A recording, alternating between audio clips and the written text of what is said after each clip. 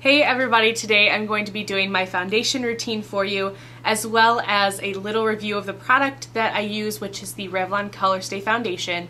I really love it. I've been using it for quite a while and I think it works really well for me. So if you're interested in seeing how I do my foundation, then just keep watching. Okay, so as you can tell, I don't have any face makeup on right now. I just have eye makeup.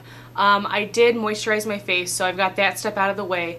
And now I'm going to go ahead and prime my face with my Mercier Foundation Primer Oil Free. I'm just going to get a little bit on my fingertips here. Probably about this much. Just kind of rub it between my fingers really quick and rub it all over my face. I take it down my neck a little bit. Okay. So now that I have that step done, I am just going to take my Revlon ColorStay, and I'm the color 180 Sand Beige. And I just pour a little bit of this onto the back of my hand. I get about this much. And then I just take up my finger and start dabbing the color all over my face. And I will blend it in, no worries. And I take some down here below my chin, a little bit on my neck, because I will blend it down. And then I just take my Real Techniques stippling brush. It looks a little dirty. I just washed it last night though. It's just stained. And I just use this to stipple it into my skin. I just press it in. I don't want to like move it around in circles. So I just press this in. I always go back on my ears a little bit, just so there aren't any harsh lines.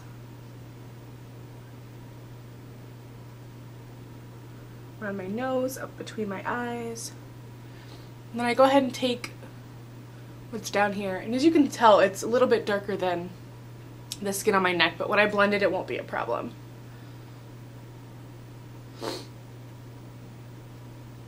Just kind of pull this down a little bit. And then up here on my forehead.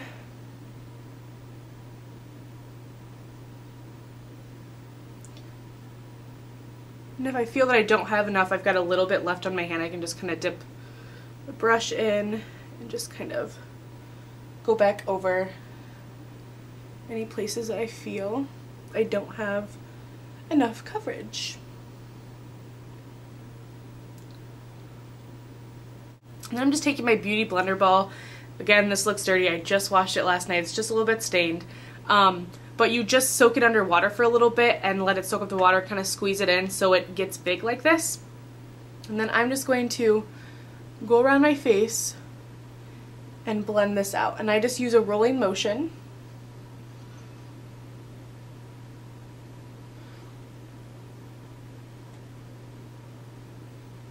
I usually roll outwards, that way I can go to my ears and make sure my ears are covered. And there's not a huge line. And I like this because the pointed tip, you can kind of get in here by your nose and up under your eyes a little bit. And then I just work it down the neck, so that huge line. Okay, then once I feel that it's all blended out, which I feel like it is, I'm just going to take my Maybelline Instant Age Rewind Dark Circle Eraser, and I'm in the color 10 Fair. It is pretty light, and then I just twist it up a little bit, wait for the product to come up, and then I just kind of paint it under my eyes. And I am going to use a mirror for this. And then I just kind of tap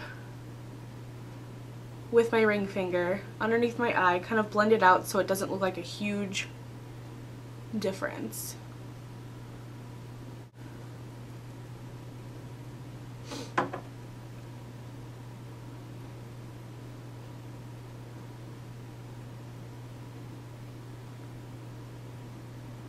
And my dark circles are pretty much covered up. I don't have a huge problem with dark circles, but I also feel like this just gives me a little bit of brightening underneath the eye. Okay, I decided I'd just go ahead and show you the rest of my face makeup routine. So I'm just going to take a Sigma Large Angled Contour F40 brush, as you can tell it's been used, and my NARS Laguna bronzer, which I've hit pan on. I hit that a while ago. And I just get a little bit on. I just kind of suck in my cheekbones and do a little bit of contouring, but it's just really to add some color to my face.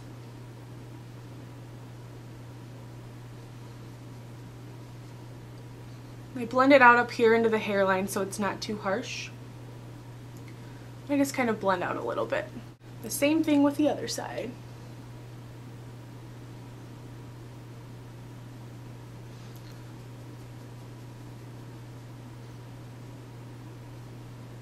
Then I just take a nice large powder brush by Sonia Kashuk. I've had this for a while, and I just dip it in, and I actually go down my neck with this and onto the upper part of my chest, just to make sure, again, that that line down there isn't too stark.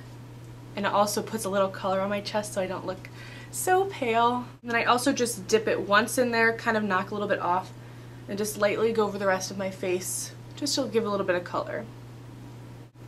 Then for the cheeks today, I'm going to use my Benefit Posie tint, and I'm just going to put it on a sponge. I already used the other side, but I'm just going to put it on a little sponge and push it into my skin because I don't want to touch it. I realized when I first got it how pigmented it is and how much it stains the fingers. So I just kind of paint a little bit onto the sponge here, like this. I just press it in.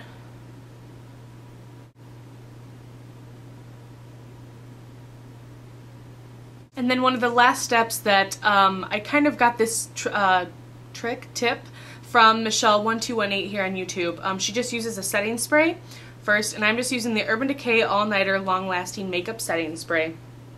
You can use any one you want to. And I just kind of spray it all around my face. Just kind of fan it and then let it dry. And usually while I'm letting this dry, I like go brush my teeth or curl my hair or something. So just kind of let it sit in so that when I put the powder over it, it's not, I don't get like huge patches of powder or anything. Okay, so now that the setting spray has dried, I'm just going to use my MAC Prep and Prime Transparent Finishing Powder. And I'm just going to use the compact one that I got just because it was sitting right here. And I'm going to take a Sigma Large Powder Brush, excuse me, an F30, and just dip it in to the powder and just kind of run it all over my face. I don't want to do too much, but I just want to make sure my makeup is all set, and this actually helps with controlling shine and just making sure my makeup stays in place all day. Okay, so on to the review. Like I said, my color is 180 Sand Beige, and that is the third lightest color in the collection.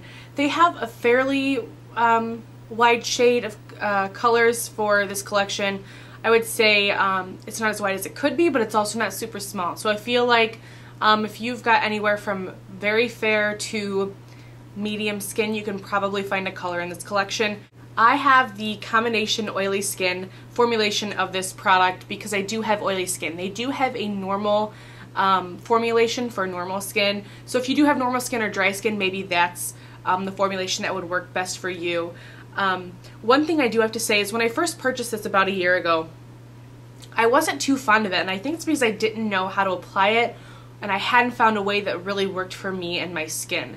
I know I had used like just a plain stippling brush before, and I felt like it had really kind of dried out my skin, and I didn't know if that was because it was the oily skin formulation that it was like kind of drying. But I tried a couple different ways. I tried to apply it with my fingers. I didn't really like that. Like I said, I just did a stippling brush and kind of worked it into the skin. I've used a buffing brush. But what I think works best is when I actually do use the Samantha Chapman Real Techniques stippling brush to just kind of push it into the skin. And then, like you saw, I use my Beauty Blender to just kind of blend it out. Because I feel like since this is damp, it kind of helps the foundation move and put it in a place where it's not like super heavy and drying on the skin. The other thing I want to say about this is it's fairly good price. It's fairly priced. It's $12.99, and it is a drugstore item. Also, I would categorize this foundation as a medium to heavy coverage. I have freckles, as you could probably see earlier in the video, and it does a really good job of covering up imperfections and kind of evening out my skin tone, but it doesn't completely cover my freckles, which I kind of like. I kind of like for them to show through. They're natural. I've had them all my life. I feel like you could really amp this up and really put on a thick layer and have it be a heavy coverage, but I would say it's like a medium to heavy, kind of like in between, like a moderate coverage. It's definitely not a light coverage. So if you're looking for something that is light coverage, this probably wouldn't be the product for you. So that's it for this updated foundation routine and review of the Revlon ColorStay foundation. I hope you found this helpful if you're looking for a new foundation or something to try out. And if you have any questions, please leave them down below. And if you've done a recent foundation routine yourself, please leave it as a video response below and I will check that out. So thank you for watching and have a great day. Bye.